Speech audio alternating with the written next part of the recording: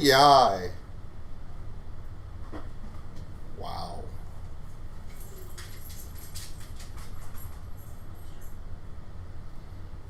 Oh, goodness gracious. Okay.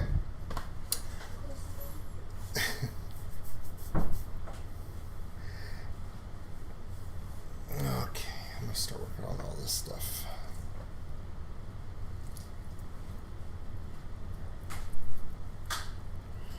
Just waiting for someone to say good morning.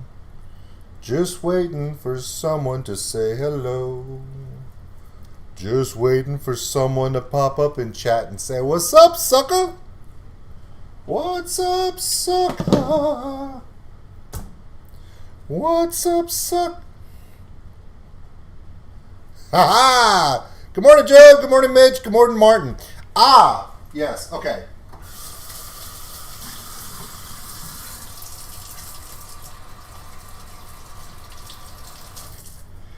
Anytime you see me turn around and wash my hands, that's a good thing. Hello, Christina. Okay, everybody. My name is OldSkuleNerd. Sorry about the delay. We had ridiculous amounts of... What's up, sucker? Hello, Caroline. So... My daughter just popped in and said, "What's up, sucker?" So, no. Anytime you see me turn around and wash my hands, that's because I'm supposed to. No, actually, Job, you're not late. I'm late. Ran into a lot of different problems with work. Could not start on time. I tried. Just want to make sure, can everybody hear me good? Did I just say good? Because that sounds really stupid for me to say, can everyone hear me good? Dough! No. We're not using dough. Actually, we're trying to... We're not, no. Lisbon, Portugal, nice. Okay, so here's the thing. We're not making dough because we're not baking anything, but we are going to make some gumbo. Now, the first question somebody asks is gumbo like jambalaya? No, it is completely different other than the fact they put them both over rice. The best way that I could use to describe gumbo would be like a stew, okay? A local stew. If, okay, for instance, Pedro's from Lisbon, Portugal. So I know that they have amazing stews in Spain and Portugal, okay? And everyone does. Whether you're from Asia, Africa, South America, Australia, and especially Europe. Europe has literally developed an entire culture based upon stews. It's just, you take the local ingredients, a local cooking style, develop it into a stock that is usually mostly liquid. Does that make sense? Okay, so this is what we're doing. We're going to make a gumbo. Now, the best way to describe what a gumbo is, it is a similar to some people make chicken and dumplings, or you make a gravy with flour. Some of you know Norway checking in. It's of course Norway's checking in. Usually followed right behind by Sweden and Finland and Estonia. So here's the thing: is if anyone has ever made a soup or a stew where they have the liquid and then they know. Sorry, Bob. So when they make a stew and they make their stock, right, and then they add flour to thicken it at the end, or they make a gravy, right? And you take drippings from cooked meats and you make like a fluid and then you add flour or cornstarch to thicken it. It's like that, except we're going to do that in the exact reverse. We're going to thicken it and then we're going to make the stew out of it. All right. This is the first thing you need to understand. When you're dealing with Cajun cooking, you have to understand that we're going to break a lot of cooking rules. I am not a chef, okay? But there's been a lot of chefs who have gone and talked to Cajun people, like historically Cajun people, on how to cook this stuff because it's kind of strict about how to do it because we use a lot of high heat and we can burn things very easily. Now, here we go. To cook a proper gumbo, Cajun style, you're going to need a really good pot. Now, this is the kind of pot that a lot of people think that they need, but it's not, okay? This is a standard little stock pot. You can get them at any store, any grocery store around the world. Pretty well known. It's a basic metal pot, but here's the thing. If I hit it,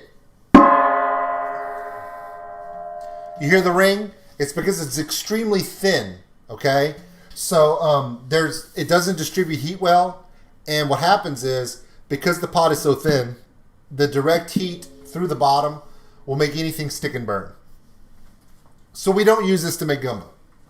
A lot of people will use black iron. So for most people around the world, if you have a black iron pot or a heavy stew pot with a heavy bottom, this will work for you.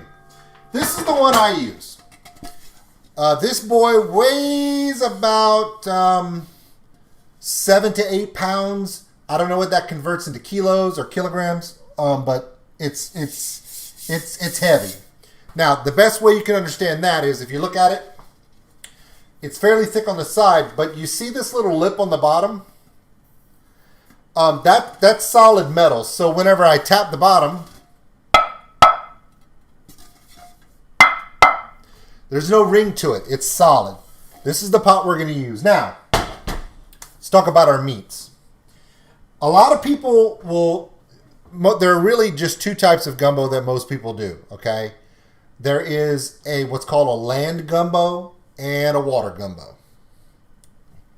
Seafood and livestock, okay? Some people mix them, but the one we're going to do today is the one that pretty much anywhere around the world can do with little or no problem. And that is the classic chicken and sausage gumbo, okay? Because anyone can get chicken pretty much around the world. And if you can't, message me privately and we'll work on that, okay? But I prefer to use, I said meat. Shut up, Mike. Okay, everyone in the chat, the person that's named Mike Alvarado, he's also technically a transplant Cajun. So he's going to say some crap and make fun of me. Do not ignore him. Just ignore him. I do, okay? He's actually a really close friend of mine. I've known him for years. Okay, so people will use different chicken bits, right? For gumbo, I prefer to use chicken thighs and chicken legs. And there's a reason why. Everyone that does a lot of cooking, when you cook with chicken, you realize that the white meat has a tendency to get very hard and doesn't stay very moist and is not as flavorful.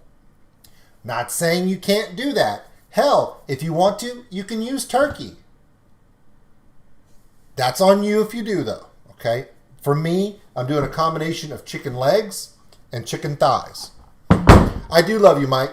Chicken thighs. Now, just for prepping, while we're talking, I'm going to start taking all of the skin and secondary fat off these chicken thighs because I'm trying to keep the amount of oil and grease in the final product as minimal as possible, if that makes sense. The dark meat is better. A lot of people will tell you if you go on Netflix and you watch the Chef Show with Jon Favreau, they go to a lot of different restaurants. In almost every restaurant where they're cooking an ethnic food, whether it be an Asian cuisine, like a Thai, or you see them doing like a stir fry, you always see them like, oh, we use chicken thighs. And he's like, why? And they're like, because they stay more moist and they have a better flavor. There's another reason why. When you're dealing with a stew, especially a humble stew or a family stew that you need a large amount, dark meat's cheaper. Cheaper, tastes better. Go for it. Okay, the other thing we're going to use is we're going to use a Cajun smoked sausage. Now, I know that most of you are not from where I'm from. So other than Mike and me, most of you can't get Cajun sausage whenever you want. But what you can get pretty much around the world now is andouille sausage, right? Okay, andouille sausage has become very well known around the world as the Cajun sausage. That can work no problem for you. What I like to do is We actually buy ours in a bulk box of 4 pounds at a time. And you can have this stuff shipped. This one is made by a company called Savoie. Savoie. Okay? There's also a couple other ones. Zatarans, Richards, whatever. But most of these companies can ship these in blocks, frozen blocks, andouille sausage. No, it's... Oh my God, you're going to make me look that up on how to spell it? You're killing me, Job. Hold on. Hold on.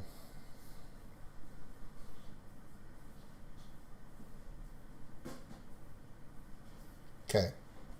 Here we go.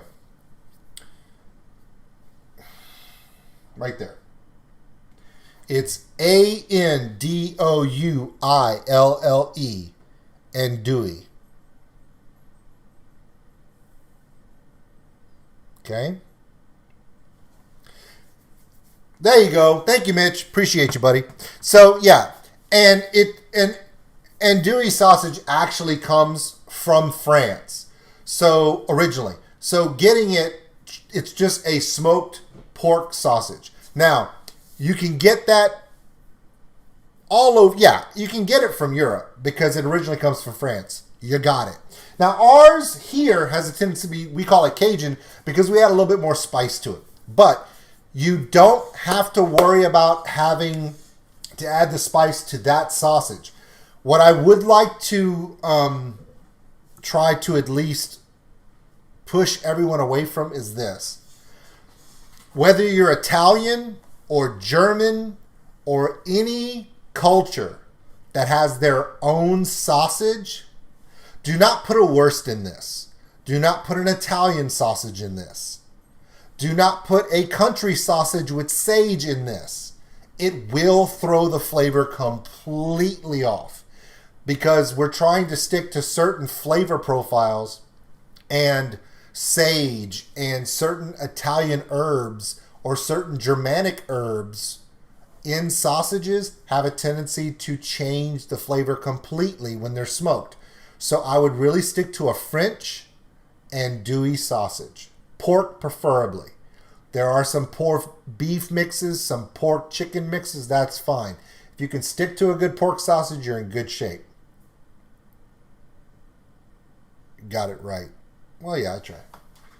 Yeah, I can say those names fine, but if you start asking me to start naming people's first and last names in Nordic countries and Dutch countries, I'm screwed.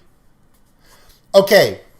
Okay, chorizo. Chorizo can work good well. I've actually seen someone make one with chorizo and it was really, really good. However, there are chorizo flavors that are more Latin, and you want to try to back off of those as much as possible. But yes, you can use a chorizo. Okay, now, that's just the meat. Oh, also, here, we have butcher shops and grocery stores all over where I live. And they'll have a fresh packed sausage that's not smoked. And I'm going to put some fresh sausage in here as well. This is from a local person. This is a fresh pork sausage with green onion in it.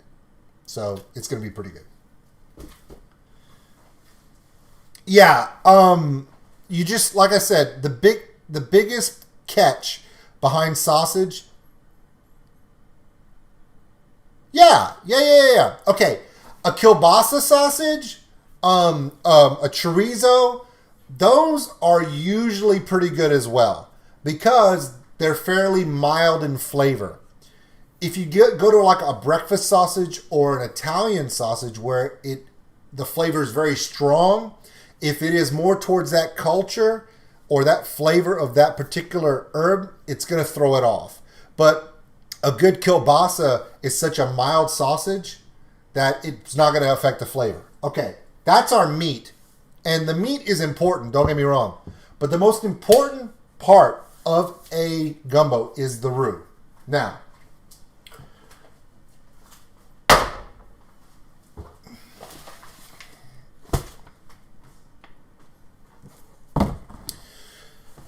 the most important part of most Cajun cooking is the base of the roux. Now the roux is ROUX. That is a flour-based browned substance. It's like a paste that is browned to a certain color and flavor to then flavor the entire dish. There are roux that are used in all forms of Cajun in Cajun cooking, but it originates, of course, in French cooking. Okay, I'm going to let you know on a secret, okay? Mike, do not go into that stuff. Do not confuse the masses who don't live where I live. Yes, I will explain tasso in just a few moments. Okay, dude's killing me. Okay, all-purpose flour. All-purpose flour. Vegetable oil. Some people will use peanut oil or corn oil or olive oil. I would stay away from those. You want vegetable oil because it doesn't add a lot of flavor to it.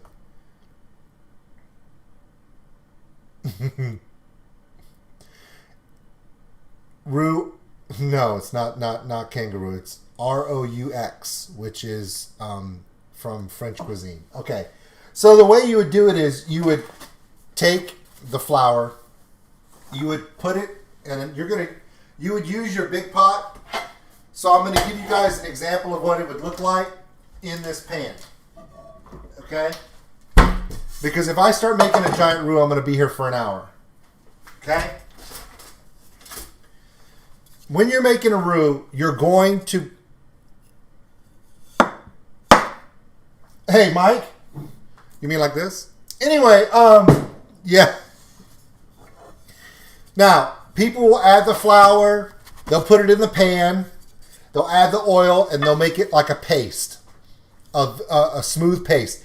And then when it's on the heat, you'd literally have to stir it constantly for 20 to 30 minutes. And the reason why you'd have to do that is because if the roux sticks to the bottom, it will burn. If the roux burns, you got to start over because whatever flavor the roux is going to encompass the whole gumbo. This is a gumbo spoon. I know this makes no sense to anyone else, but yeah, actually, yes. Cajun cooking is extremely French influenced. Okay. My mother gave me this whenever I first left home to go to college, and it's a gumbo spoon. Why? Because it has the 3 colors of roux on it. This is a light roux. When you first put white flour, put the oil, and you just barely start to brown it, it's like this.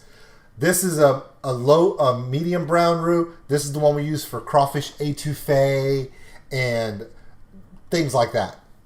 This one right here, that really dark brown, see how it matches this dark brown? Is because that's the color you use for a gumbo. Here's the thing. When you're making a roux when you make a roux for a gumbo, it has to be extremely dark. In fact, most people will bring their roux to about before it burns to get that rich flavor. The problem is, until you practice it enough, you're going to burn it a lot. Another thing is, if you're not used to very strong smells, when you brown flour in oil, pass this color into this, it's going to start to smell a certain way, which some people don't like. So there is a quick circumvent around it. And I'm going to share with you what that is now. If we go, and I'm just going to show it to you, because it's true, I am going to go on Amazon. Yes, Amazon. And even if you don't have Amazon, any you can go online and find this anywhere. Okay? And I type in ROUX, and it comes up as roux for gumbo. So I type in that. And then it loads up eventually. Boom. Jars of roux. Here's one for Carrie's roux, Savoy's roux, another one for Carrie's roux. Yeah. I mean, and they'll have it in powders. But here's the thing. I would stay away from the powder, and I would order like a jar of it. Like, comes in a jar. Now, also, Mike's right. It does look like chocolate. If you want to, I would order 2 jars. One to make a gumbo with, and the other one to go find your Nutella, scoop all the Nutella out of it, and put this shit in there, and then give it to your friend. They will never speak to you again. Until it's made into a gumbo, this is not something you want to eat. It's not comfortable. So, what you're looking to do is, all you gotta do is that's the word. Just type that into Amazon. You'll find a jar like this. Now, this is a 32-ounce jar. This is a jar that I'm going to use to make a gumbo in this. Most roux come in a 16-ounce jar, which is a lot easier for a smaller pot for just a family. I'm cooking for 20 people tonight. I need this. Landison, it is evil, and that's why we do it. Okay. There's another thing that I want to explain to everyone. I will be using this pre-made roux. Why? Because there's a lot of things that I want to do and show you how. And if I'm sitting here making a handmade roux, most of you aren't going to do that anyway. So why should I show you how to do it? And I might mess it up. And I might be sitting here talking to you for 30 minutes. And, making your own roux is a good thing. I can do one. And it's not a problem. But for those of you who don't want to sit there and burn it 5-6 times smelling up your house until you get it right, just order a jar of it. Here's the thing. When you're talking about Cajun cooking and learning how to do it and doing it well, one of the best things to understand is it's about consistency. Making sure that your chicken is seasoned correctly. Making sure that you use the right sausage. Making sure you're using the right proportions of this, that, and the other. But hand making a roux, unless you've done it for 20 years, it's going to be different every time. And since it's the base of everything else, if you mess it up, everything is ruined. So they make these roux in 1,000-gallon vats at a time. And they've been doing it every day the same way for 40, 50 years. They're very consistent.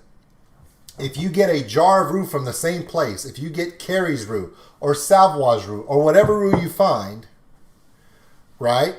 Homemade roux equals time. Time and practice and error, and more time and practice and error.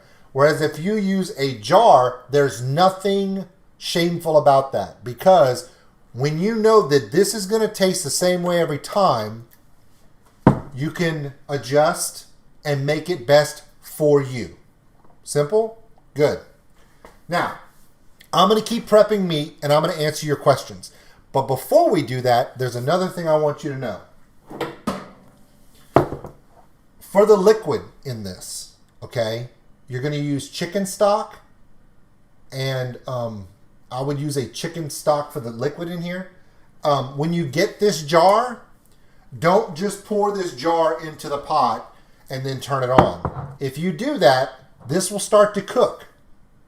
It's already perfect. If you cook it anymore, it's going to burn. So the way we're going to use this is we're going to take this, and it does have instructions that tell you what to do, just in case you don't have this video available at the time. We're going to put stock. We're going to put a chicken stock in this pot. When we do so, we're going to bring it to a boil.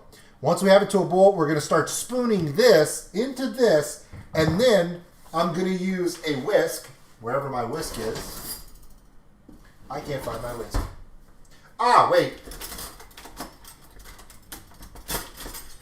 I'm going to use my whisk to break it up and to bring it down. Here's the thing. I'm telling you what I'm going to do before I do it, so that way I don't have to try to stop the video without my research and explain. I have a tendency to do that. So we're gonna make the stock, and the way I'm gonna make my chicken stock is there's some stuff in America. I don't know if it's anywhere else yet, but as soon as it is, or if you can get it on Amazon, holy crap! It's called Better Than Bouillon. Okay, we all know you can go get chicken stock in a container. Great. Some people use bouillon cubes, the cubes. I used to use those, but I found that this is better. It's a paste, and it tastes amazing. I'm going to use two different ones. I'm going to use one that's for chicken, and I'm going to use one that's a roasted vegetable. This just adds a richness that I like. So I'm going to add water to this. I'm going to bring it up about halfway full in this pot. I'm going to add about 2 or 3 tablespoons of each one of these to make my stock. Once that starts coming to a boil, I'm going to put this in. While we're waiting for it to come up, we're going to answer questions. I'm going to start prepping this meat. If you guys have any questions, please feel free to ask and share.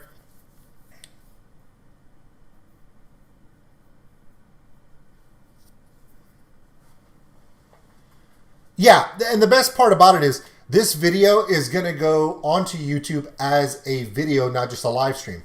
So you can always go back and check it before you do it.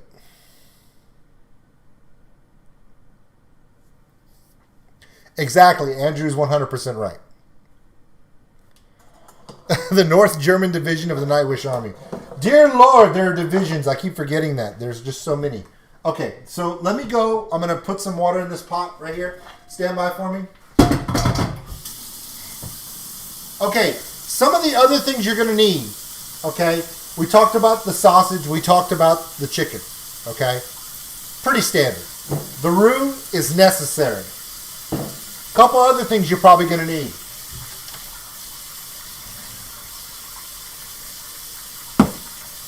You're going to need salt, obviously. Okay? You're going to need salt. Hurry up. The other thing you're going to need is a pepper. A sort of a spice to elevate it. Now,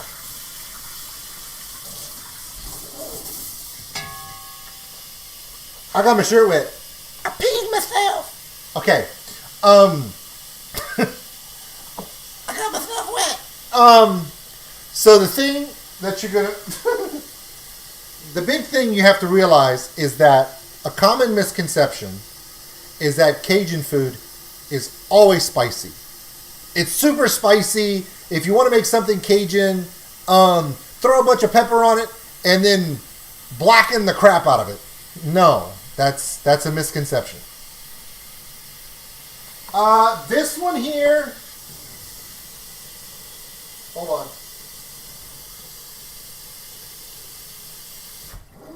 This one here is a 20 quart, but you don't have to use a 20 quart. The best part about it is anywhere that you find these roux that you order, they tell you how much to add. But this is where it gets interesting, and I'm going to show you exactly. Yes, the stuff that I'm going to be using is bone-in chicken. However, there has been many a time that I've used boneless, skinless chicken thighs. But because buying them bone-in with skin on is less expensive, I just take the skin off myself, throw the bones in there, and make the people eat around the bone because you're not children. Okay. Diluting the roux is pretty much a personal preference, okay? My mother will add just a little bit of roux, and then her gumbo is like brown water. Not my style. The more roux you add to the water is a matter of taste. So if you're trying to write down how many quarts do you have, okay, how many teaspoons of roux, the best part about Cajun cooking is it is yours. It belongs to you. I'm giving it to you. It's your job to make it yours.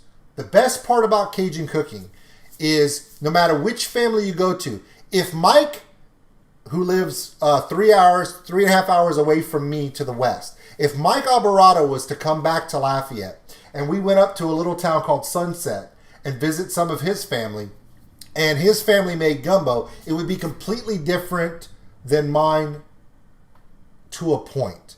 The roux would be there, the flavors would be there, but they may have a little bit more of this and that because it's theirs. I want all of you to have this so you can make it yours. See what I'm saying? So the amount, I want you to get the proper roux, but how much you add to the pot is based upon your taste. If you add just a little bit, you're going to see it's very, very light and runny.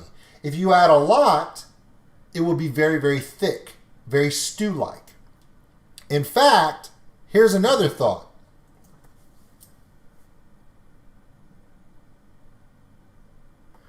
Hey, Fabrizio, be good. This right here, I'm going to, after we get the gumbo done, I'm going to give you another little way to use this in a way that's going to be like, wow, I didn't know I could do that. And it'd blow your mind. Okay, we're going to get all this other stuff out of the way. I'm gonna start doing this and talk to you about the spice that I talked to you about before I got distracted by the chicken.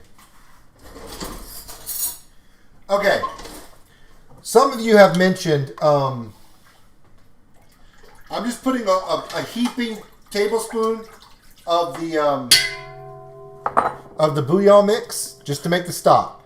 I'm just making a chicken stock. That's all I'm doing. I'm doing it my way because I've got this down to a science for me. If you use fresh stock, fresh chicken stock, or any type of vegetable stock is fine. If you're making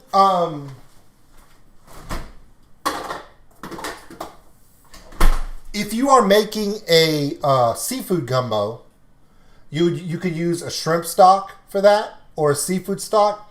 It's great for this. On a seafood gumbo, the only difference between a chicken and sausage gumbo and a seafood gumbo, and the reason why I don't have to show you how to make both of them in just one, is because it's literally, what are you putting in it? Are you putting seafood or are you putting chicken and sausage? You can also put duck, squirrel, possum, raccoon, nutria-rat. You can. I don't suggest you do it, but you can. Prawns. I've seen people put lobster in gumbo if you want. Here are the things we don't. Yeah, you do, Mike. Shut up. So here's the things you don't want to put in your gumbo. And for some reason, people always do this. Do not put tomatoes in your gumbo. Don't make me ban you from the channel.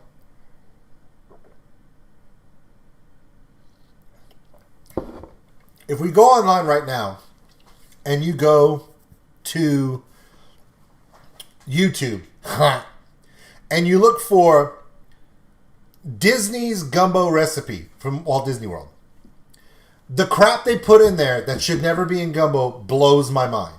But here's the thing. Gumbo is not only for Cajuns. Creoles make a gumbo, and Creoles are actually from the New Orleans area, more Caribbean, African flavors. They add tomatoes, they add okra, they add all kinds of different things. There was a gumbo episode of MasterChef that I saw in Australia a few years back, and they put peas in it. And I wanted to fly to Australia, find the chef, and beat him to death with a gumbo paddle. I mean, it was, don't put peas in your gumbo. But what you do want to put is the most simple ingredients. So I'm going to give you the simple ones. We're going to keep going. Salt. Remember we talked about needing salt for this. You definitely need salt. Then you're going to need a pepper to bring it, to elevate it. A good understanding of what you're going to need is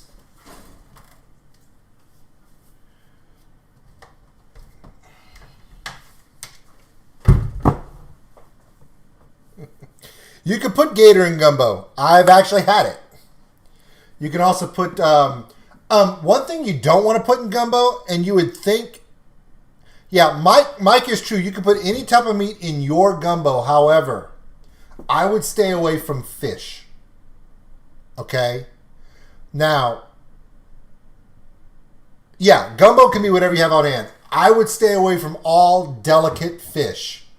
Okay? I've seen people put catfish in their gumbo because catfish is very solid and dense and it sticks together. But if you put any sort of, you want to put oysters and mussels, please. Clams, take the clams out of the shell first, please. I don't put rocks in my pot. No, there's more than just not tomatoes. Okay, but that's all about the meats. Let's talk about the spices now. Okay. I have a fresh chopped onion mix. This is an onion mix that we have here called Guidry's.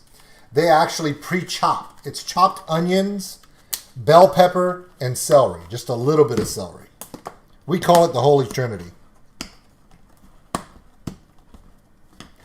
And we buy it pre-chopped and frozen. Okay?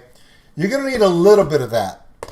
I would say when it comes to the gumbo, as far as adding onions and peppers and stuff like that, I usually keep this to a minimum, because if you add too much white or yellow onion, it can turn the flavor. So add a little bit for it, a little bit of bell pepper or whatever. But after that, we're going to talk about actual seasonings. Garlic powder. Black powder. And your mama's favorite friend that nobody wants to talk about, cayenne powder. Cayenne pepper powder. You can add any type of spice you want, but if you want it to be authentically Cajun flavored, the only pepper you're ever going to use is a cayenne pepper. There's a reason why. If you go to a Mexican restaurant and you order tacos or nachos, and they put a pepper that's not a jalapeno on there, is it going to seem right? Probably not. Serranos, yes. Poblanos, yes. But if somebody puts a Thai chili or a ghost chili pepper on your nachos, it's going to be a little different. Black pepper, not black powder. But that would be cool. Black pepper, sorry. Okay. Now, okay, real quick. You can definitely use fresh garlic. But what I was going to show you is I'm only putting these three together to show you something.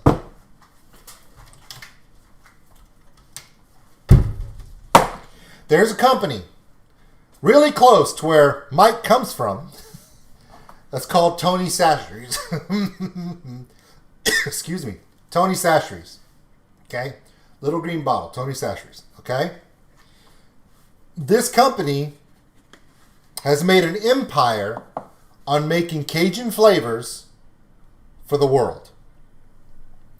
If you're not sure how much of this to this to this to use, you just get this.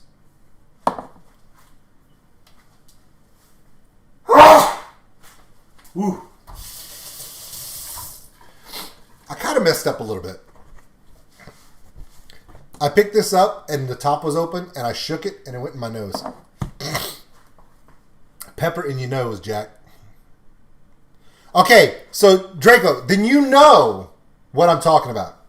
Tony Chachere's, you can order this anywhere in the world. A lot of places will have it on their store, even in other countries, in Europe and everywhere else. But you can order this online.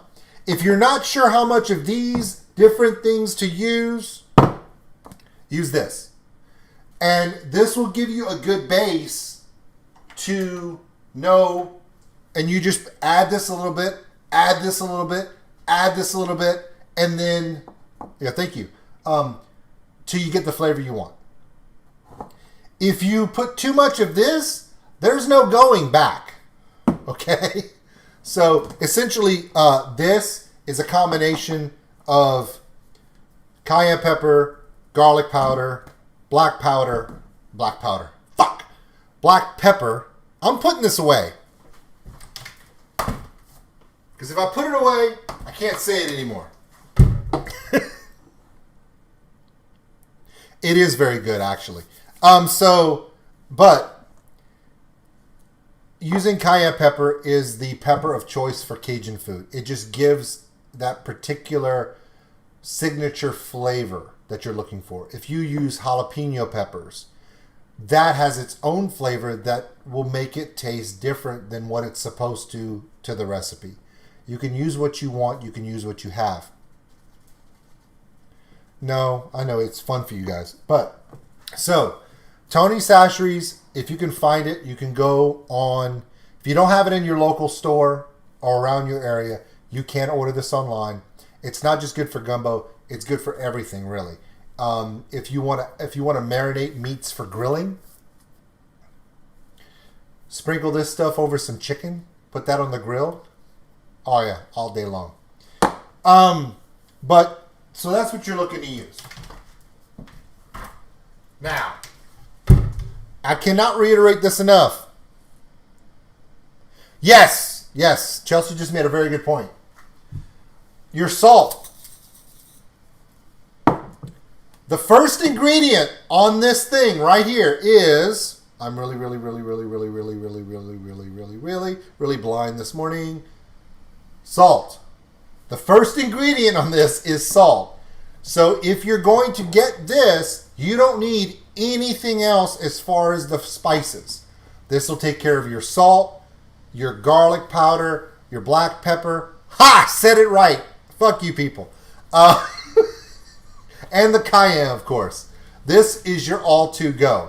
Now, for myself, I will probably not use it because I like doing it myself. And I've done this. I'm 46 years old. My first gumbo, I was 17. So almost 30 years I've been making gumbos. So I do like mine to be kind of done by hand. But again, this is to help all of you be able to do a gumbo like any other Cajun, easy.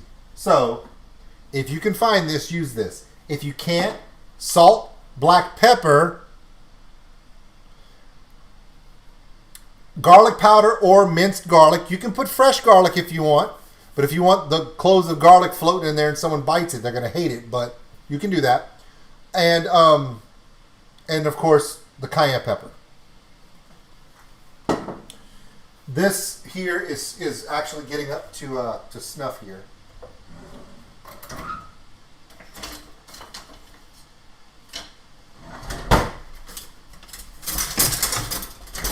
Now I'm going to do something that's going to make people kind of go, why the hell is he doing that? I'm going to do something that's going to make you go, I don't get it. I'm going to use, black powder is awesome for other things. You can actually look that up on YouTube, and that's a whole nother set of videos to watch. Okay, this is a spatula, obviously, and it's a metal spatula, okay? This is a metal pot. I would not use a plastic spoon or anything in this because we're going to get it hot enough to where it's going to make it all flimsy, and there's a reason why I need this. This is a very heavy paste. When I put it into this pot, it's going to sink to the bottom. If it sticks to the bottom, even though there's fluid in it, it might burn and change the flavor, right? So I'm going to use this to stir continuously to keep it off the bottom. You can use a wooden one, that's fine. But you want a flat edge to keep it off the bottom. You've gotten this far. Don't ruin it now. Just letting you know. Also, do not cook this in a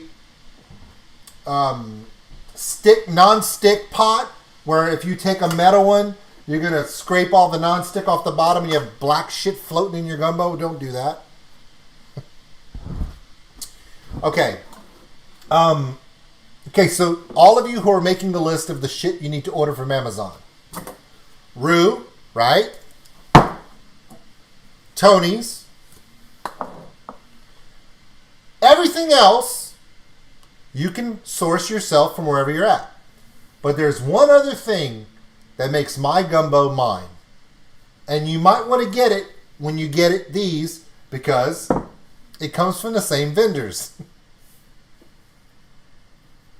This little bottle right here. This is called gumbo filet. Gumbo filet.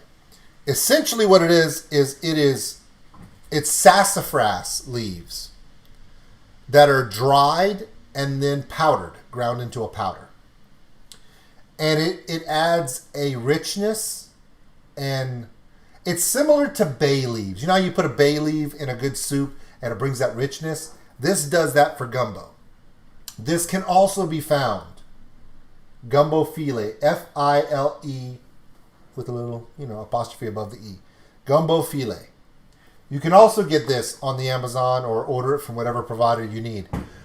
That little powder right there, a lot of people add it to the end of their gumbo. I actually add it in the stock to begin with. And it adds a richness and a fullness of flavor. It's probably one of my favorite things to add to it. Yes.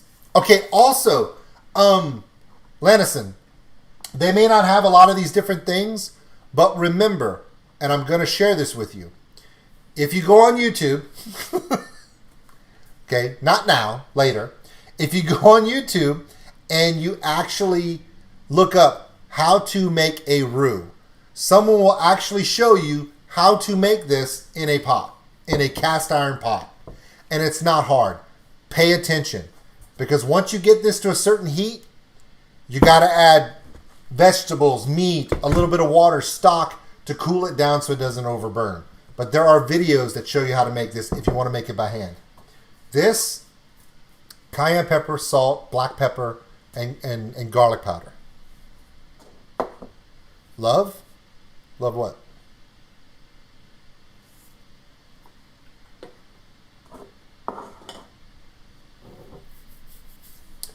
Okay. Okay.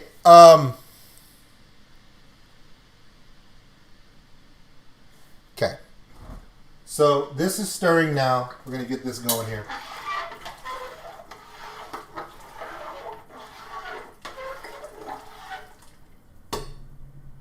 Oh, for all those who were wondering, yes, no one has asked this yet, but it is coming. After this live stream, we are launching the next Old School Nerd reaction, going right up on the channel as soon as we're done here. And it is a song that I really, really enjoyed listening to, and it was a live performance, and it is a band you've seen me react to before, but that's all I'm saying.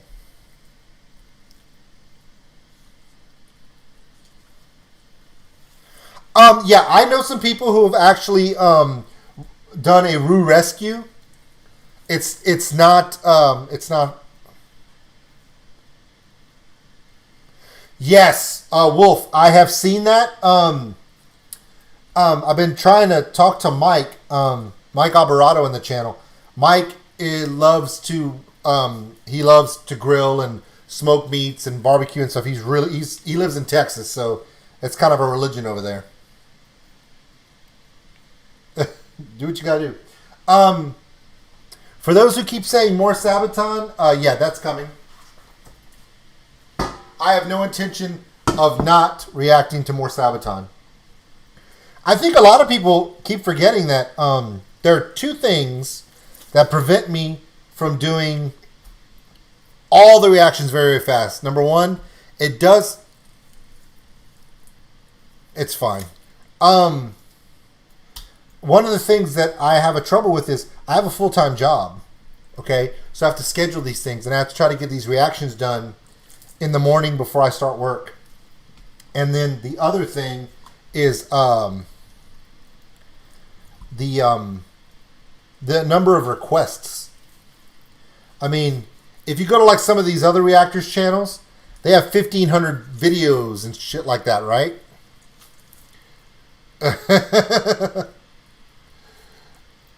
Bruh, you think I can't just go to Houston?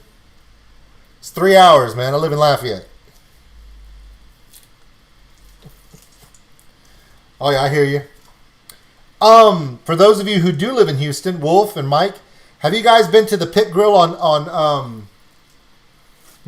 Montreux? It's on Westheimer. It's the Pit Grill. It's the smokehouse place over there by the Chewy's down on Westheimer, down over there near Montrose. If you haven't, go. It's really, really good.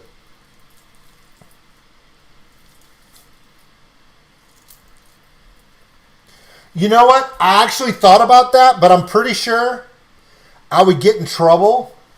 I don't know if I can look into that. I do. Hold on.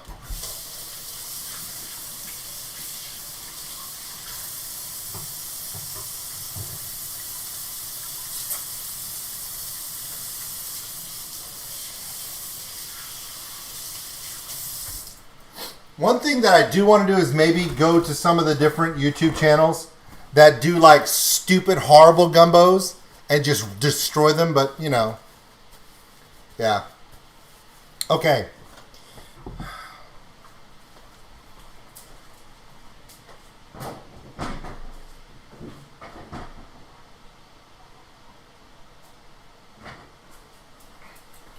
Look out, fat boy!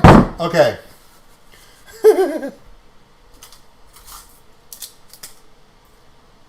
The beef rib is the full beef rib is pretty special stuff. All right. I'm going to start working on this sausage here. This is getting there. We're almost to a boil. We're getting there. Now, I'm not going to start adding roux to this until I at least get a pretty good boil on it. Gothenburg. Hello, Jessica. Gothenburg. Where is Gothenburg? What country is that? And if you say Texas, I'm going to be like, shit.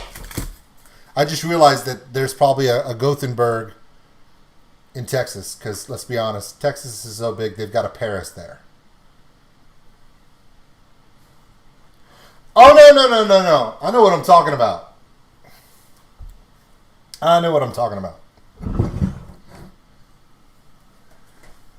All right.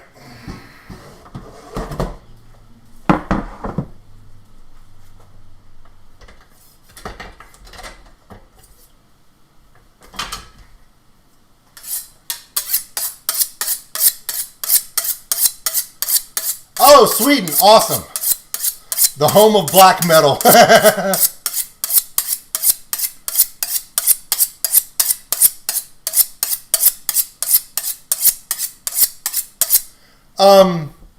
Andrews wants to know, what is the best drink with gumbo? Beer or wine? Yes. All right. For those of you, you can see this is a rolling boil. So we're gonna right?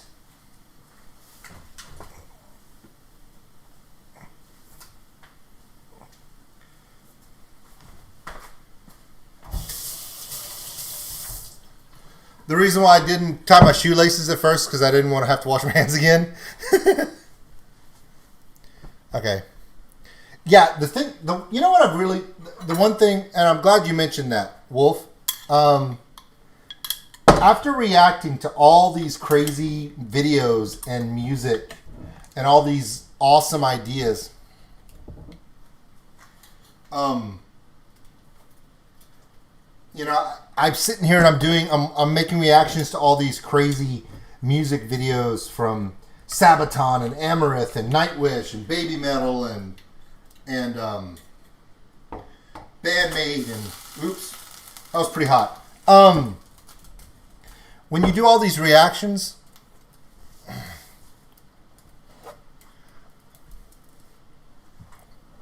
no, when I do all these reactions to all these bands, right? From Finland, Sweden, from Norway, from Germany, from the Dutch, there's English bands, there's Japanese bands, there's all these bands from all over the place. There's some bands that I'm checking out that are from Portugal and from France and Spain. I just want to get a whole thing. The one thing that I definitely want to do, and Mike is one of those people that if I tell him this, he's going to be like, dude, let's go! If we ever get this stupid coronavirus shit out and get done with all this before we get to the next horrible thing to happen to the world, I want to go to a Pink Pop or, you know, I want to go to a Download or a Vakken or, you know, I want to go to one of these big music festivals in Europe just so I can enjoy the energy of the people that I see on these videos, because the people that are commenting and sending me thoughts about my reactions are also the people that are in those crowds of thousands of people that see these bands live. And there's nothing like seeing the band live. You know what? I was pissed off, Lotor, about the fact that it was one of them I couldn't remember, and it was Ginger. You're right. In fact, I'm overdue for a Ginger reaction. I think the next one I'm doing for Ginger is Ape, by the way. Ape? Yeah. And there's also a new Ginger song coming out that I'm going to have to check out too, so...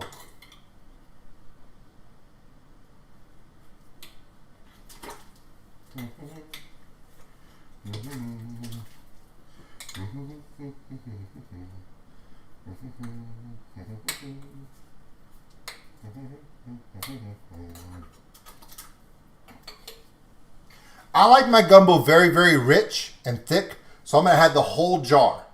A lot of people won't need to, but I like it extremely rich. That's just me, though.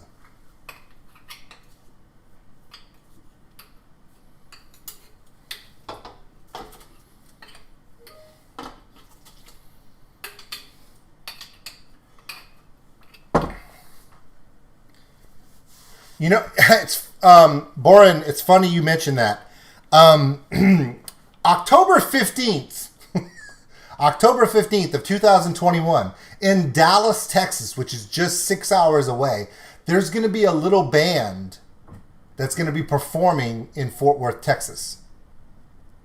They start with an S and they rhyme with Brabaton.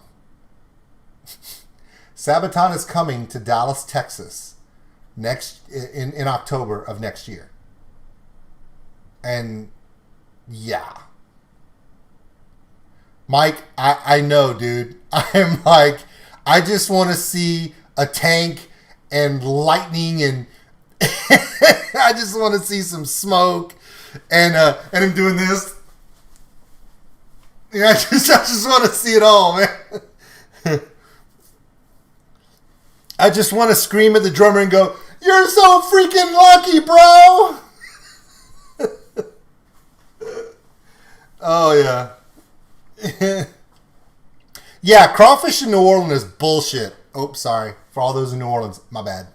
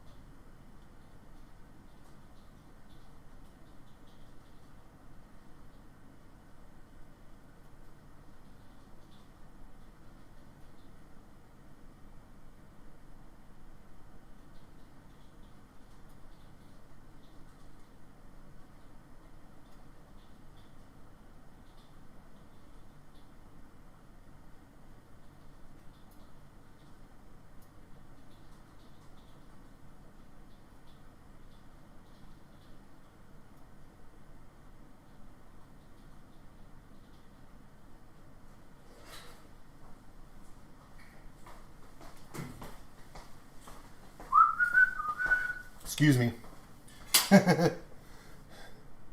No, it will not burn. I turned the heat down before I did that. Ha ha!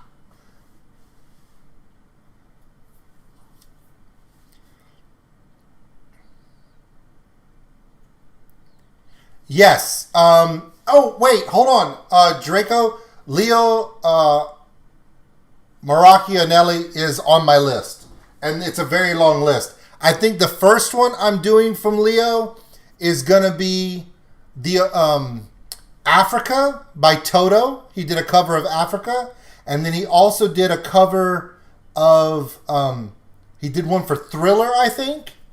And then he also did... There was another one... either Wake Me Up or... If you say Crawdads again, Bob, you're off my channel. I'm kidding. Hello from Adele, Africa from Toto. There's a song from Dire Straits I want to do from him. Yeah, everyone talks about him all the time. Yeah. And all I'm doing right here, you can see me doing it. I'm just passing. Because it's breaking down, but it's slow. Watch, guys. Look.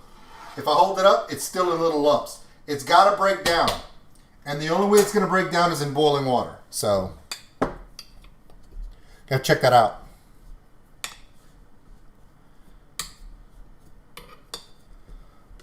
Yep.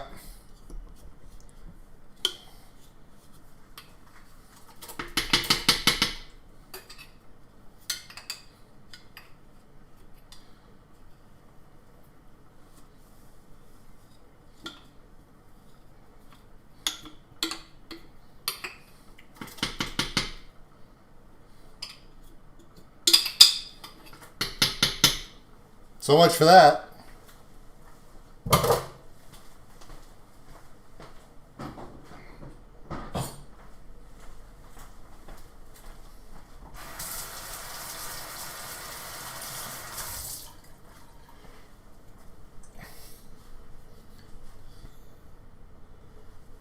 Okay.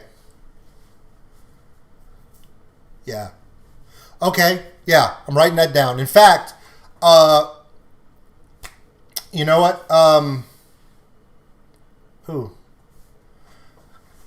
Sabaton performing the Swedish national anthem at Sweden Rock Festival on our national. Hey, have any of you guys seen the parody reply that the Bad Apples did to me yesterday? Where whenever I did my 6,000 sub video, and I made I made the joke of them going where my kids asked if they can play Freebird, and then they played Freebird. Okay, check this out. If you go back and watch that video, I just posted it last night. The lead singer of the Bad Apples, who's just a small band in Helsinki, her vocals were so well on that, and the guitar solo was done so well that portion of the guitar solo and her portion of the beginning of Freebird was so good that it triggered copyright claims from Leonard Skinner. They did a cover song as a joke to me just in their little room, and the guitar solo was so dead on the money to Freebird that it triggered a copyright claim on the video from Leonard Skinner's publicist company. Just a thought. Here we go. Rolling boil. That's what we want. Now at this point, you want to make sure that with this rolling boil, this is where, if we do side-by-side crawfish boil, mine's going to be better. So right now, since it's on a rolling boil, I want to make sure that the roux does not stick to the bottom. Okay? And look, you know how I know it's sticking? See the bottom of the spoon? It's actually scraped some off the bottom. It was already beginning to stick. So until it completely dissolves, it can still stick to the bottom because it's still in lumps.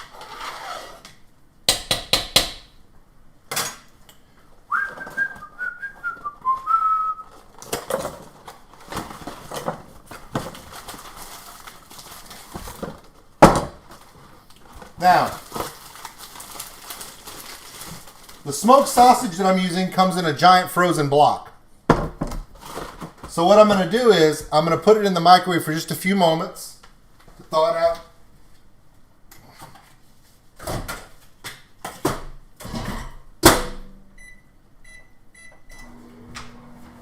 I don't need to cook it. I just need it to be thawed out enough to where I can slice it without killing myself.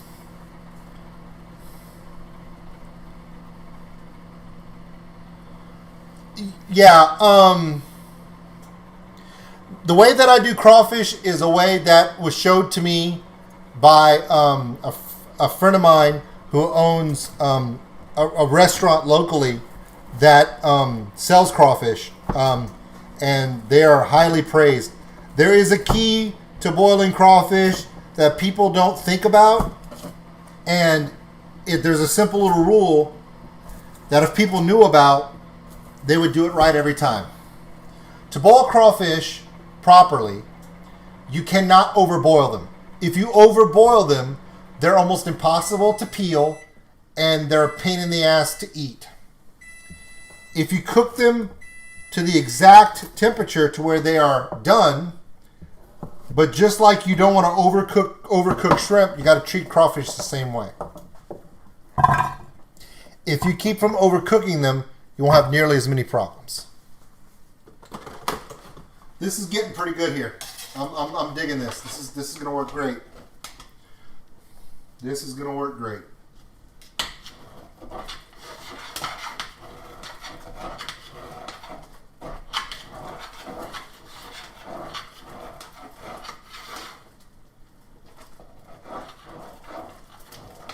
Now the way you know if it's sticking or not is when you go to push through, it's gonna catch on something.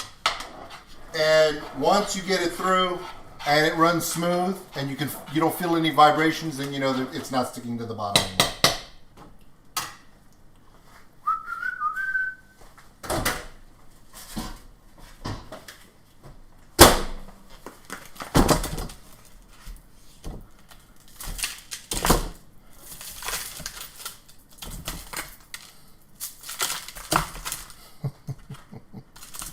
Yeah.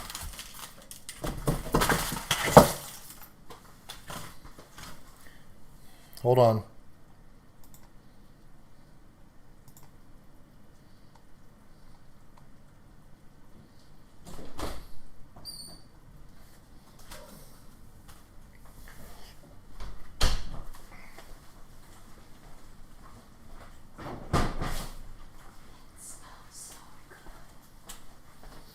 All right.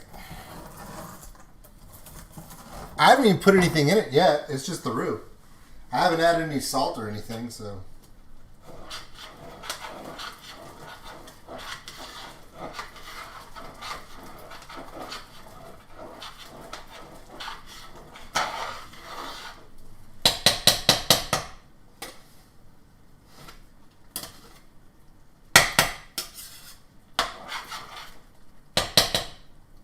Another thing that I want to make sure that I keep an eye on is the boil.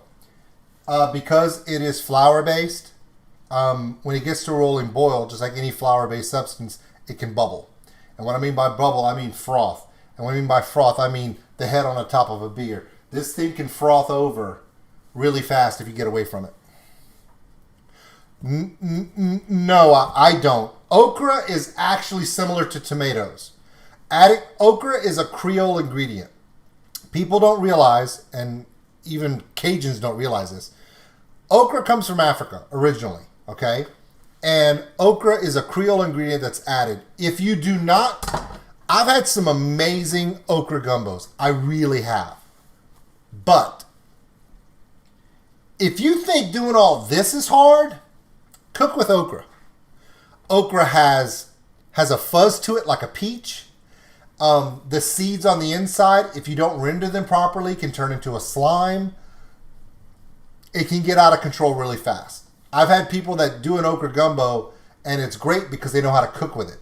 But if you don't know how to cook with okra, you will run into more problems than you really anticipate. The best way to eat okra that I know of is to cut them up into little pieces, batter them, and fry them, and eat them with ketchup. Yeah, but most people will cut their okra, like if you have a piece of okra, they're cutting it like this into little discs. You want to cut the okra down the middle and then take a spoon and scoop all the flesh out, the seeds, the little seeds, and the white fleshy part. Like if you open up a bell pepper or any pepper and you see that white fleshy stuff inside, okra has that too. In fact, it has a lot of it. And that stuff will turn into a slime if it's cooked to a boil. I didn't know that until I screwed it up and did it myself. Yep. That's correct. And that's because for okra, you really have to prep it properly.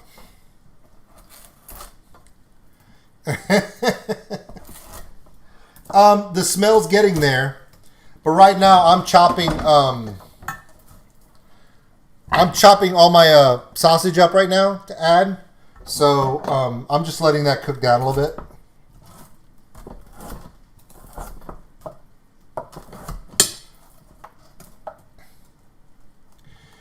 Yeah, there is it's funny. A friend of mine, when he makes his gumbos, he will do he'll add crab and shrimp. But his wife can't stand oysters. But if you have a seafood gumbo, and what he does is he'll take oysters, and he will take the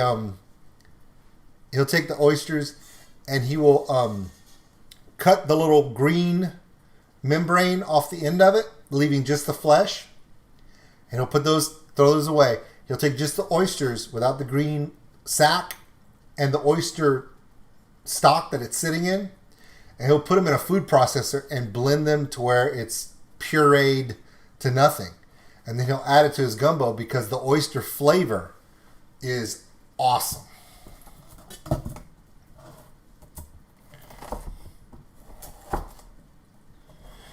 My daughter just came out of her room and she's like, "It smells so good."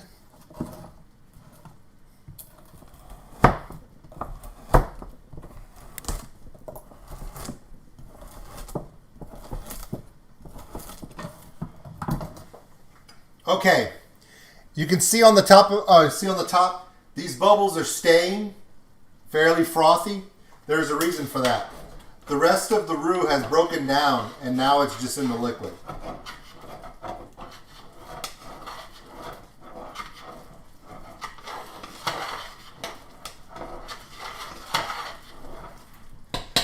Now, I will probably add more water to this at the end to get the full amount. But because I don't know how much room all the meat I have is going to take, I don't want, you know.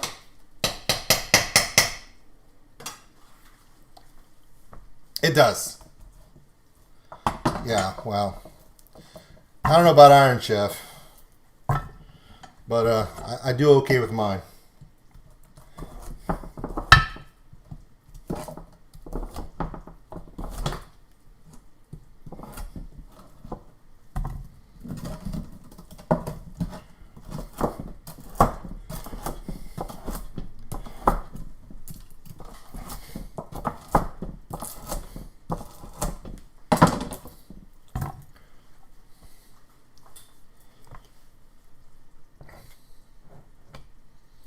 No, I'm not opposed to that at all, actually.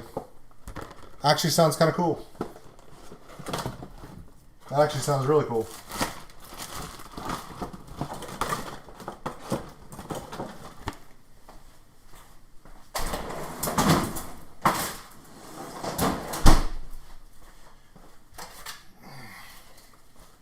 Okay, I have another thing I want to show you guys real quick. Yeah, so here's the thing.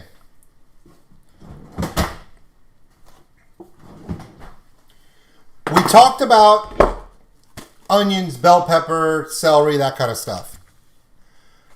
Rather than adding a lot of yellow onion or white onion, I prefer green onion. I actually grow my own green onion in the garden. And when it comes to gumbo, a good amount of green onion is awesome. Now what I do is I usually just foil them out into a long run together. And then I'll take shears and cut them down. I'm going to add that too.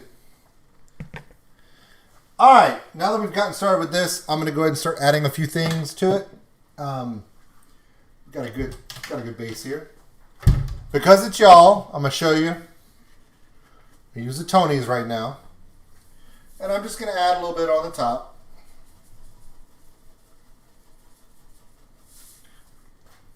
Couple passes. Now, here's the problem with Tony's. It's also the problem with cayenne pepper. Ready? Cayenne pepper has a unique ability that some other peppers don't. It's sneaky as hell. Okay? And when I say sneaky as hell, what I mean is, if you add salt to this, you'll taste that instantly. If you add Tony's to the gumbo, you'll taste the salt and the garlic and the black pepper almost immediately. But the cayenne takes a little bit of time to break down in the fluid through boiling, to render it, to break it down. So when you add cayenne pepper to anything, taste it, and then realize it's going to go probably another step higher than that as it sits. Don't overspice your food if you don't realize that cayenne takes a little bit to, yeah. Iron guts, yeah. I think they already had that. It was called Man versus Food or something. Just saying.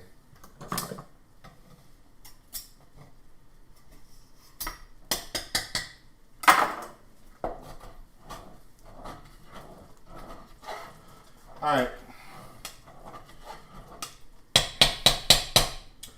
I am now going to add some sausage to this because I can.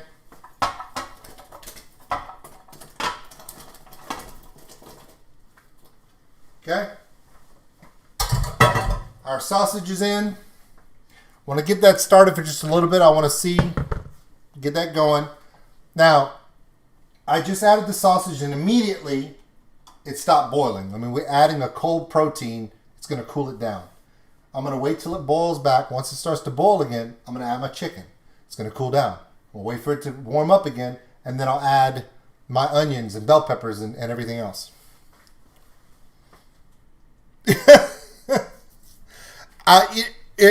That Constance reaction was completely accidental. Okay? A lot of people ask me, how much of your reaction videos are staged? How much do you know about the band beforehand? I can honestly tell you 100%. I know literally nothing about what I'm reacting to until I react it. And the reason why I can tell you this is I'm still getting yelled at by the more aggressive, angry Nightwish fans that I don't know everything there is to know about Nightwish yet. And the thing about it is it's true. No. It's just a Cajun sausage. A chorizo sausage or an andouille sausage will work. You just want to get it's a mild smoke on the sausage, but you want it to have a little bit of a spice to it. A pork sausage is what you're looking to use. That's for Anders, by the way. Yeah, so I was doing the Constance one was just kind of an accident because a lot of people were like wanting me to do Spirit Box, but they thought that I was going to do Holy Roller first because there were so so many reactors were doing the reaction to Holy Roller because I've seen it. I've done a reaction to it now where it's very controversial or it's shocking or the imagery is kind of harsh for a lot of people. So when I went to go look to do Holy Roller, I realized that Spirit Box had put out a video that day. And I was like, well, let me do the new one. It'll be a good idea. What I didn't realize was that my first video to react to on of Spirit Box was Constance. So instead of seeing that aggressive metal dark imagery and stuff, I wound up being punched in the gut by thoughts of my grandmother having Alzheimer's and dementia and her death a few years back, and it hit me like a ton of bricks. I didn't expect it to. And what was really weird was when I was done with the video, my kids were just looking at me like, "Dad, are you okay? What's wrong?" And I was like, "I'm fine. I'm fine." I'm just still crying after it. So things like the Bandmade and the Baby Metal, I don't know what I'm going to get with that. Sabaton, I had no idea. Somebody was like, "Dude, you got to do Sabaton Bismarck." I'm like, "Okay." And then I did it. It freaked me out. In fact, a lot of the times when I talk too much in a reaction or when people give me shit about talking too much, it's because, have you ever been in one of those situations where you have no idea what the hell's going on? And some people will have nervous issues with stuff. If I see something for the first time and I don't know what's coming and it reacts to me, I will usually talk about it and I will usually not shut up. Yeah, so yeah, that's what it was for me. Now, the one thing that I have done is, okay, for instance, my first Nightwish video, I just watched, it was I forgot which one it was for Nightwish, but I watched the Nightwish video. I was like, man, that was really pretty and everything else. I didn't know any of the people's names. I was calling her Fleur Jansen when it's Floor Jansen. I didn't know Tuomas's name. I didn't know Impu's name. I didn't know that Troy was actually not Impu. I didn't know who Juka was. I didn't know that Marco was, the leader / whatever. And Tuomas and him were the originators of the band. And Impu was the originator of the band. And they were from Finland. I thought they were from Sweden. I didn't know. That was my mistake. But the thing about it is that, yeah, I didn't know anything about the band, but I loved it. And the more I react to it and the more I get to hear from all of the fans of the band, I learn more about that. And that's really the growth process. So now, if somebody would say, hey, do you know who Nightwish is? I was, yeah, they're a Finnish metal symphonic epic band from Kite, Finland. Now, I did tell someone that I learned how to say Kite by actually watching an interview with Impu, where when I saw that his name was Impu, I wanted to know, okay, before I say Impu and have everybody crucify me, is that really how he says it? So I went and I watched an interview that he had where he mentions himself as with the interviewer calls him Impu, and he responds to that, and they asked him, where are you from today? He said, I'm from Kite. And then I looked it up, and in my, you know what? Within Temptation is on there too. That's definitely on the list, actually. Within Temptation is definitely on the list. I'm going to have to add some water to that. That's really thick.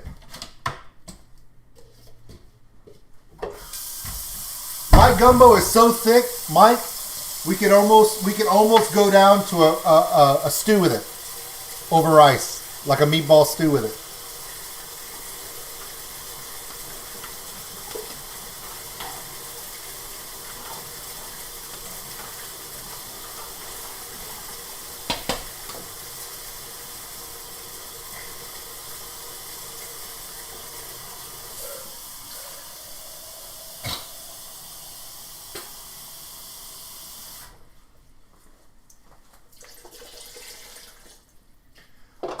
If you get a chance to see the reaction or the video of Floor Jansen doing the cover of Alone from Heart, that's a really good one.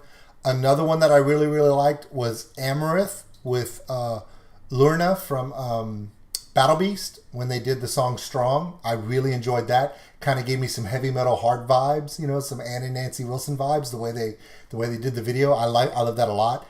I'm a folk music guy. Yeah. This is my UL Raging Cajun holographic glass. Yeah. The Cajun measuring the Cajun measuring standard is this. That look pretty good, huh? That look about right? Yeah, that's how you measure that. Does it look about right?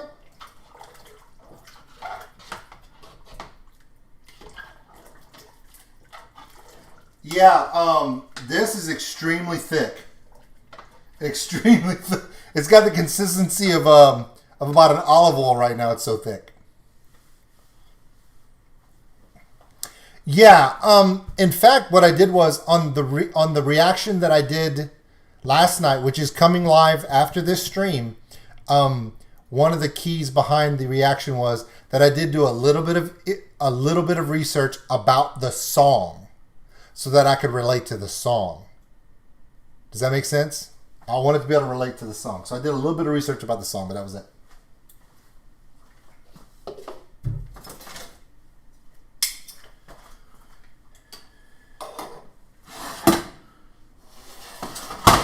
In fact, now that I'm literally humming it in my head, the song that I did the reaction to. That's how weird it is, okay? It's in my head.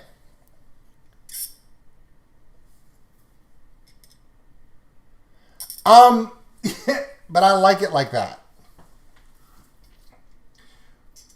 My mother's gumbo is exactly polar opposite of this. My mom's gumbo is like a light brown water. It's, no. Not a fan. Not a fan.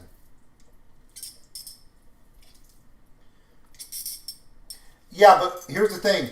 Once I know how much displacement I'm going to get on... I did Poet in the Pendulum. Oh my God. I got so much shit for that one. Okay. I did the Poet in the Pendulum. Okay. And it was a live concert in Tampere, Finland. And it was a rendering in 4K. So I thought, man, the 4K rendering of the video will be awesome for a reaction. So I did that one. And what happened was, I did Poet and Pendulum, but I did one for Greatest Show on Earth.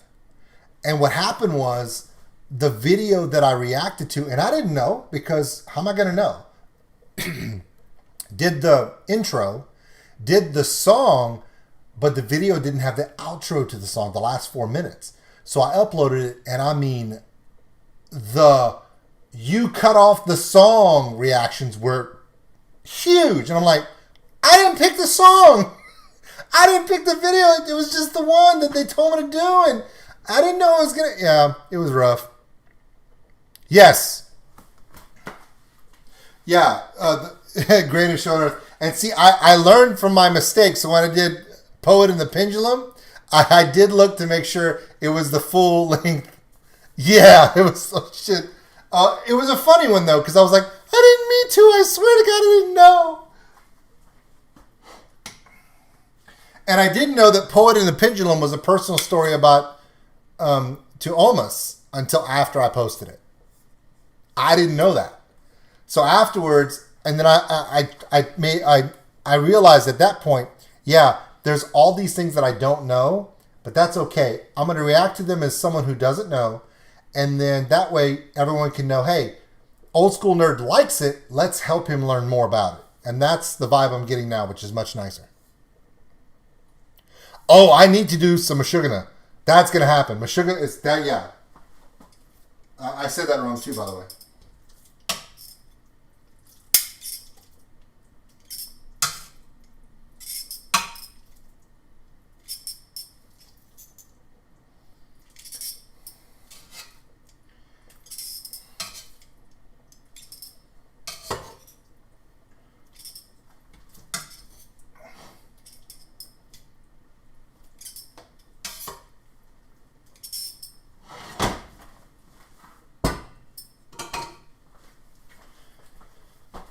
What's up, Chad? Okay. Okay, yeah, I heard. Okay, I have been warned. Okay. Thank you, Draco. Okay, I have been warned.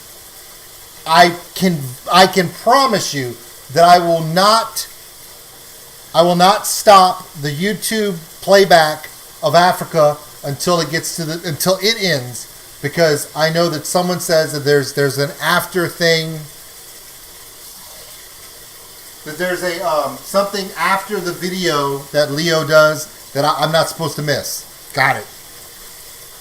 Mental note.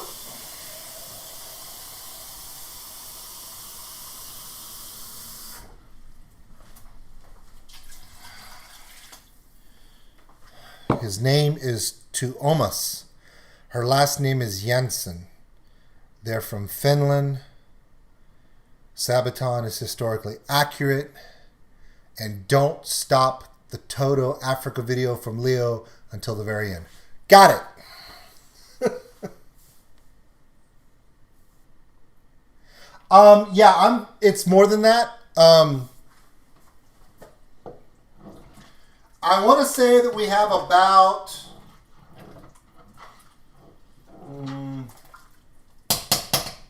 It's probably going to be about 15 plus people, give or take a little bit.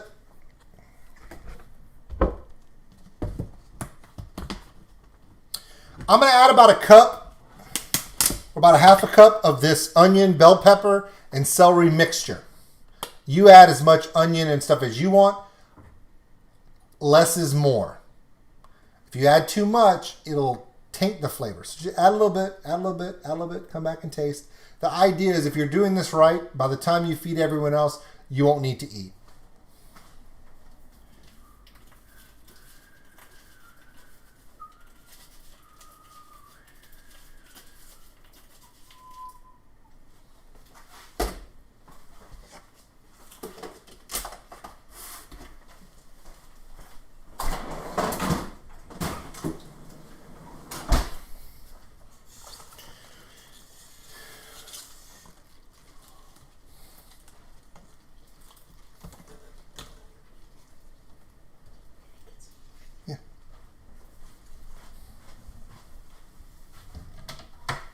Oh my God! What the hell are you doing in my video?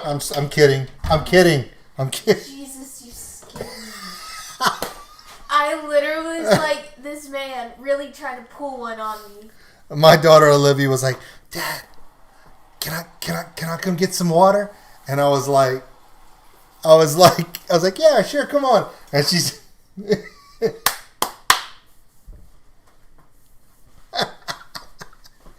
Anyway. No, I love her. She's awesome. She's also the one who goes, can they play Freebird? That's her, by the way. She's the one who asked about Freebird. Oh, and Olivia? Apparently, yes, they can. Yeah, they answered my question. I was dying to know. No, I do not. No, I do not. Okay, here's the thing. Frenchie's Fried Chicken. Okay, check this out. When it comes to the onions and bell peppers and the celery, just a little bit of that, I get it pre-chopped and frozen. So I can put it in. It's always better to do it fresh, but because I'm trying to do a video, it's just better to do pre-prepped. No, I don't cook down anything because the flavors that I'm using right now, I'm not trying to render anything. I'm not trying to glaze. I'm not trying to brown the onions or anything. I just want the... Yeah. So what I've done is I've taken these green onions like this, and I'm going to come over here, and I'm just going to start cutting. Yeah.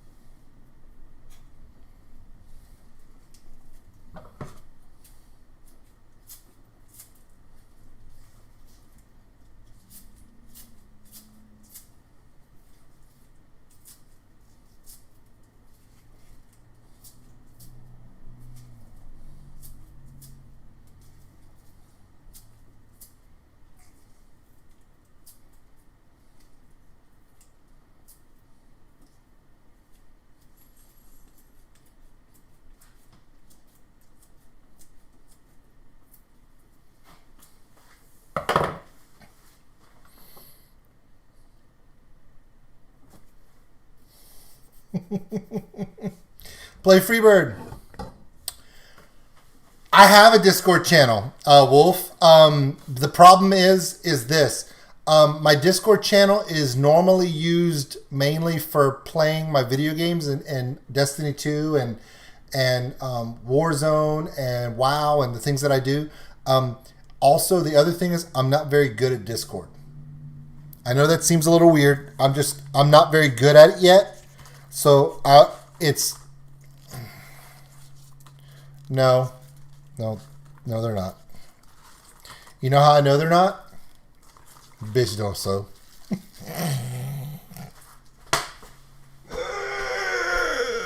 I'm gonna get my ass kicked. Okay. No, she doesn't sew. Now my older daughter. Why don't I cook? Why don't I cut my chicken into chunks? Because those are whole chicken legs and chicken thighs, Mike. How am I supposed to cut them with the bone on it? Besides, also, Mike, there's another thing you need to realize. I'm going to cook this so long that the meat's going to be in little pieces anyway.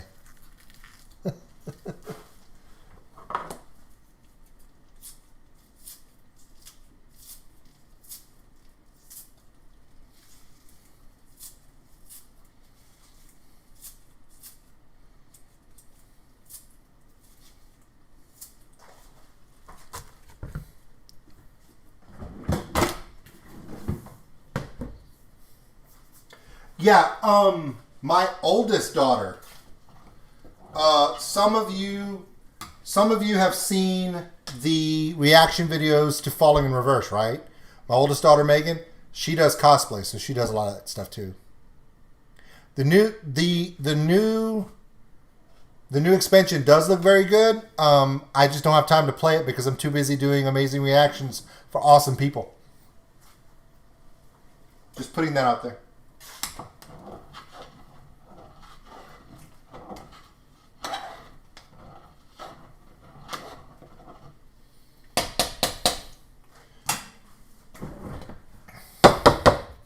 Gumbo filet. Best way to put this stuff in is in the cap.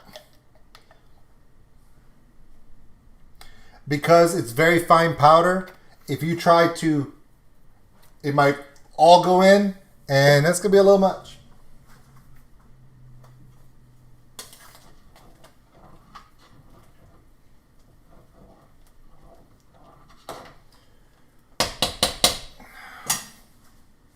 Now,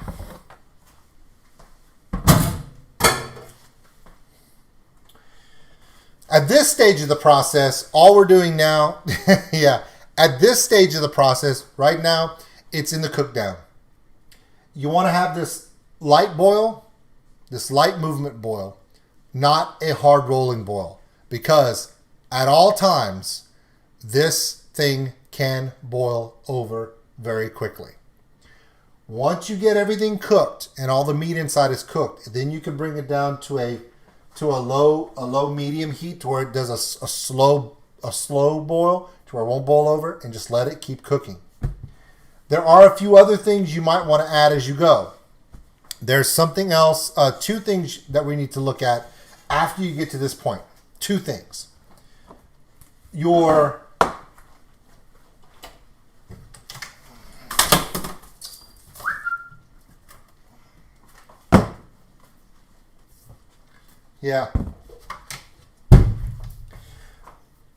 Black pepper, garlic powder, cayenne pepper, salt.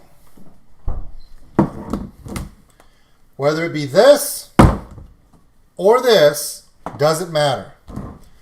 But starting from now, you're going to add, once the meat's cooked in it, please don't do it now, you're going to get yourself sick. But once the chicken is cooked, and the sausage is already good, so once the chicken is cooked, you can start adding this little by little. Add it like every 15 minutes or so. And come back and taste it. Okay? You want to season this gradually. Like I said, if you season it too far, it's very hard to bring it back. So you want to walk the seasoning into this. The other thing that you need to do to finish this out, and I'm going to do this in my best Cajun accent. You ready?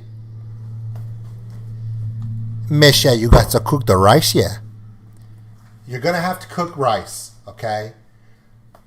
Gumbo is almost always served with a little bit of rice in it. Now, here's the best part. Just like everything else we've talked about, it really belongs to you. Whether you put a small spoonful of rice in the middle of the bowl of stew gumbo, or you put the gumbo over the top of a bowl of rice. I've seen people do both, and it doesn't matter because it either way is valid.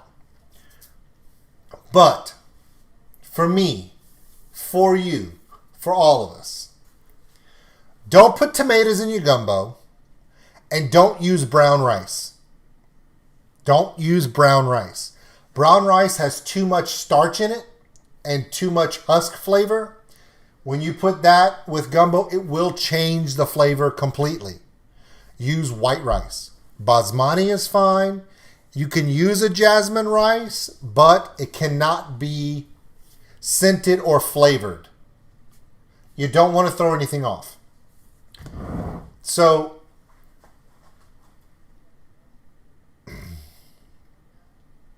yeah. A lot of people do that. See, Mike's making a good point. You know what else, Mike? Sweating down your onions and bell peppers and everything is completely good to do. And Mike's right to do it. But remember what I said. I'm showing all of you how to make a gumbo that any of you can do. Okay? And also something that Mike really just noticed was how much onion, bell pepper, and celery did I put in there? That much? A little bit? And why is that? Because I prefer chopped green onion in mine. My preference. And you really can't saute green onion like that because it falls apart too much. So it's just, like I said, Mike has his gumbo, I have mine. We do need to play Warzone so I can whip your ass. So that's not the point. We're here for the food love, man. Food love. Okay. So, anyway. So, when you're talking about gumbo, it is yours. There are some basic rules that you have to follow.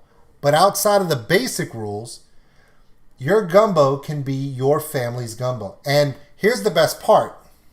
Exactly. Here's the best part about this situation. I know Cajuns that live in Japan. I know Cajuns that live in Singapore. I know a Cajun that lives in Aberdeen, Scotland. And they all take it with them where they go. And they all make gumbos using the native ingredients that are around them. But the one thing they don't stray from is the roux, the cayenne pepper, and then making it in this fashion where it's put together. I'm just putting it together. I'm letting it cook down. And we all serve it over white rice. If you serve this over pasta, that's on you. I've never done it. Never done it. And knowing my luck, if I do it, I'll probably make another video and go, oh my God, I found out that. Do you want to know why I never tell people never to discount an ingredient? I'm going to say this little thing, and Mike Alvarado is going to go, oh crap, that's true. Jambalaya is one of the biggest large gathering cuisine recipes that Cajuns make. It's a rice with pork and flavors, and it's cooked down into a large batch. It's almost like a fried rice, but it's Cajun style with pork and sausage and chicken and whatever sauces you want.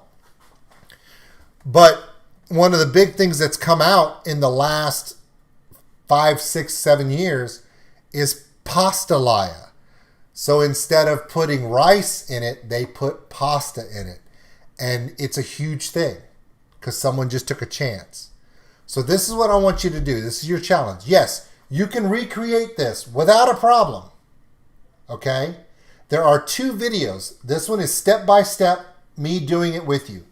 For quick references, there's another video in my channel that gives a quick reference to the pot, to the roux, to the spices, and all that stuff you need a quick reference. That's already in there. It's yours. My thought for everyone is to try this at some point. And as you do it, you add your spices and stuff, and you find it to where it tastes good. Once you've found it to where you enjoy it, and your family enjoys it, then I want you to tell me about it. Say, look, I couldn't find this, so I did it with this. Why do I want you to tell me that? It's because I want to try it.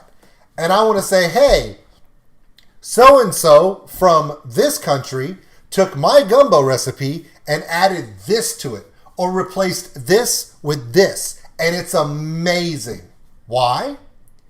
Because Cajuns love nothing more than getting drunk on Mardi Gras. No, wait. That's true. Wait, hold on. Cajuns love one thing almost as much as everything else, And that's finding new ways to make our food better. We're always looking for ways to make our food the next thing. Because we all grow up under very strict traditions about cooking in our families, most of us. So as we get to a certain level, we realize that we can go to the next level, do the next thing. Okay, Mike Alvarado is mentioning adding boiled eggs to a gumbo. Okay. Sorry, Mike, that's a Creole edition. Because adding boiled eggs to a soup is an African influence. It comes from Africa. But yes, you can do it. I've done it. It's good. It's great. All you got to do is you boil eggs, peel the eggs, get the shell off, take the boiled egg, pop that sucker in there. And it's great. It really, really is good. Yes, that is correct. Mitch, you are 100%. Many cultures have their own, it's the flavor spice profile. For Cajun food, it's going to be onion, right? It's going to be onion, green bell pepper, yellow onion, green bell pepper, and celery. But in that Trinity mix, it's mostly onion, a little bit less bell pepper, and then the smallest amount will be celery of that. That's the Cajun Trinity of base vegetables that you would put in a pot, saute them down before you make anything. Some people will take garlic, fresh garlic, and kind of go half celery, half garlic for that last little bit. They'll kind of mess it up a little bit. But that's to add their own swing to the flavor. But yes. Yes, that is true. Here's a good story for you, Anders. In Cajun culture, classic Cajun culture. Here's an example. My grandfather and my grandmother on my father's side. My grandfather cooked almost all the meals in the house. But my grandmother was the queen of the kitchen and would not let him cook in her kitchen. So he actually built an outhouse with an outdoor kitchen so he could cook. Cajun men love to cook. Now, as far as the rankings and roles of the household, here's a good rule of thumb. In the Cajun tradition, the women cook day-to-day foods, breakfast, lunch, dinner. The men cooked events. Here's an example of an event. A gumbo for a family or large gathering. The crawfish boil. Anything that's a large event was usually done by the men, a lot of times because it was done outside. And that's just a tradition. I would absolutely. Let me see. Let me see if I have what we need to do in etouffee. Hold on.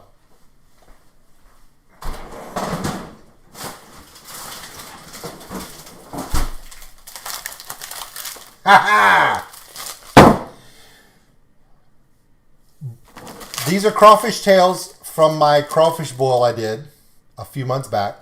They're vacuum sealed and frozen. So they already have all the crawfish boil on them. Yeah. So Mike and the Wolf, you think I can make an etouffee with this?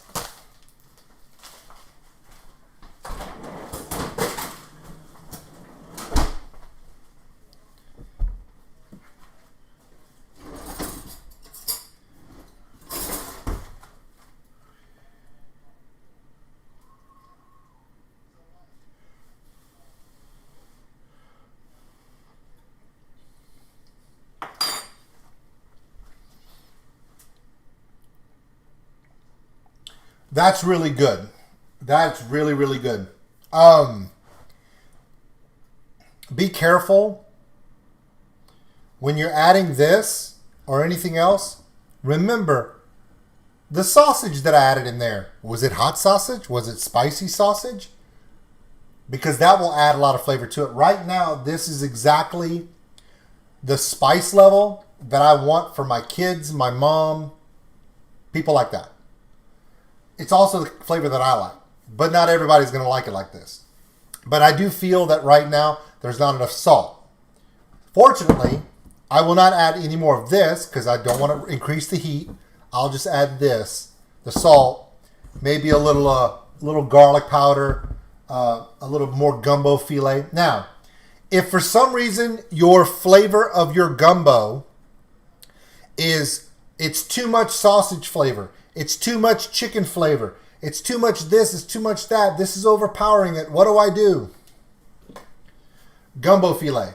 There's something about the gumbo filet that when you add it, it melds the flavors together. It makes them more, trying to think of the word, it just makes them work together better.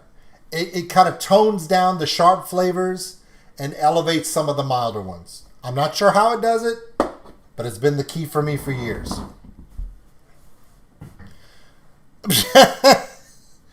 The thing about it is, Anders, totally get that your ex-wife was banned from your kitchen. It's probably why she was your ex-wife, but it's in reverse. Yeah, this is a Magnolite. It's extremely heavy. Now that we've got it down, it's doing this slow bubble situation. I'm going to cover this. Turn the heat down a little bit.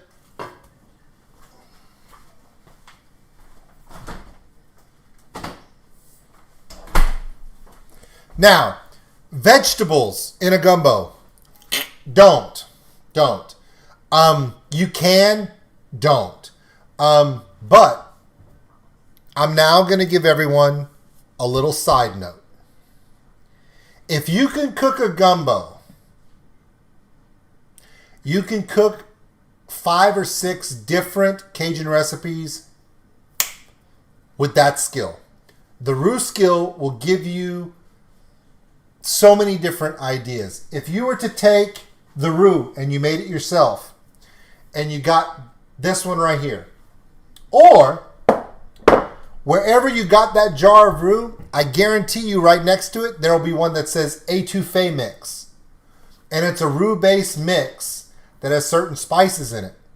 And you make a gravy, like a paste. It's like the gumbo, but think of it like a lot thicker and quite a bit less of it. And for those of you in the Nordic countries or really anywhere in Europe, because other than maybe 1 or 2 countries, you can always find amazing seafood right there on the coasts. Prawns, crab, a good meatball. And then instead of making it a soup, you cook it down to where it's like a very rich paste. And then you make your pot of rice and you put a scoop of rice on the plate and you just put that gravy and the protein on top. We call that a stew. We call that like a meatball stew, chicken stew, whatever. But you can make it like that. Yep. Yeah, right there. Alvarado, Mike, you got it right. It's about 70% onion, 25% bell pepper, and a little bit of celery. That is the basis of the vegetable that you want to use when you're doing this stuff here. Now, here's the thing. If you can make this, again, remember when I made the gumbo itself, the liquid. If you were to take, a lot less fluid and a little bit less of that roux, and you stirred it in and made it really, really thick on the bottom, then you added those onions and bell peppers and celery, and you seasoned it, and you threw take some of your Tony Chachere's or your pepper mix, take ground meat, you can use ground lamb, ground beef, ground pork, and make meatballs and season them and set them in there and let it cook. Let that cook and make you some rice and put rice on a plate and scoop that up and put that on top of the rice. What? It's so good. Show you the roux. Okay.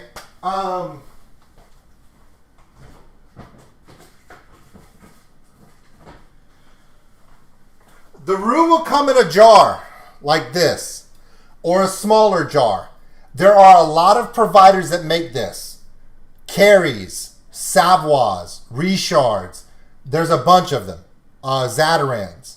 It should be a brown paste Now, the darker the brown paste, the more rich the flavor. Okay?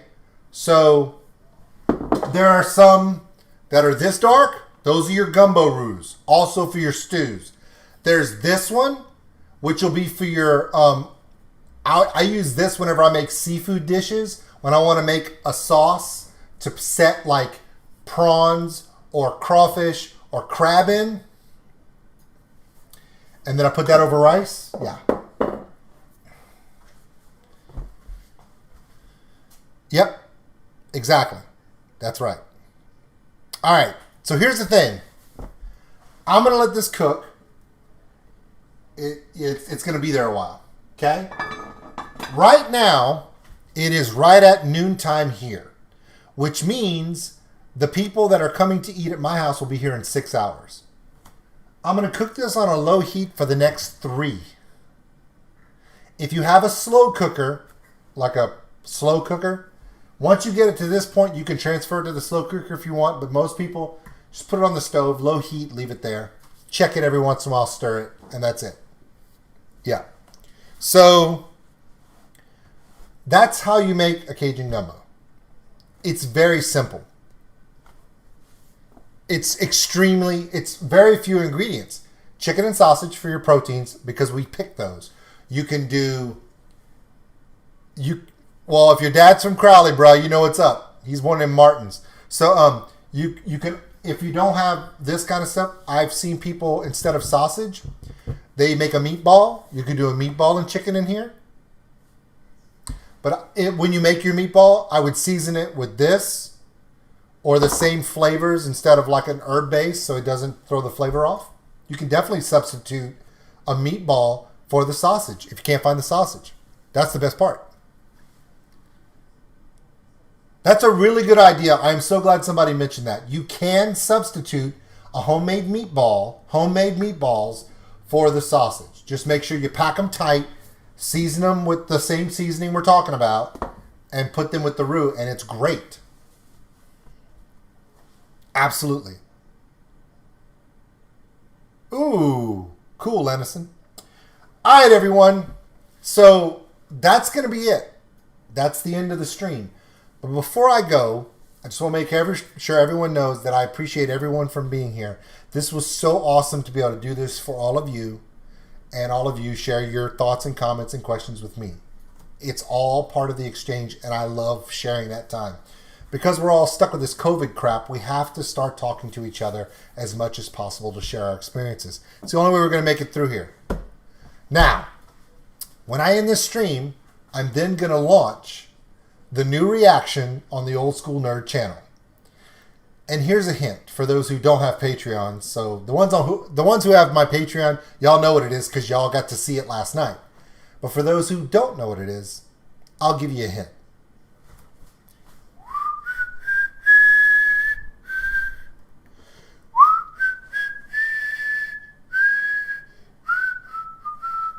That's the only hit you're getting. So we'll see you guys later. Love you guys. And I will have this one that you're coming up is coming up now. And I will have another reaction video tonight. And that's going to be released right around 7 p.m. my time. And it's going to be from a performer, band, music person I have never reacted to. So you guys enjoy the new one. And I'll see you next time. It's Old School Nerd. I'm out of here.